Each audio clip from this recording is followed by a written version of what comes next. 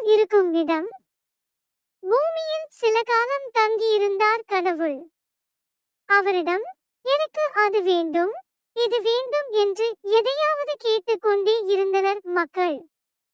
சலித்து போன கடவுள் எத்தனையோ இடம் மாறினார். ஆனால் தொல்லை ஓயவில்லை. கடைசியாக ஒரு முடிவு செய்தார். மனிதர்கள் கண்டுபிடிக்க முடியாத இடத்துக்கு செல்ல வேண்டும் என்பதே அது.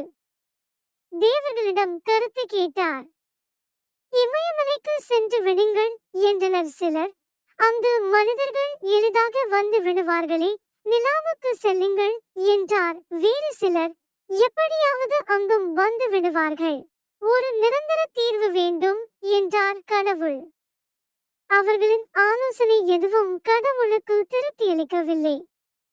கடைசியாக ஞானி ஒருவர் யோசனை தெரிவிக்க கடவுளின் முகம் மலர்ந்தது. யாரும் கண்டுபிடிக்க முடியாத ஒரே இடம் மனிதனின் மனம் மட்டுமே.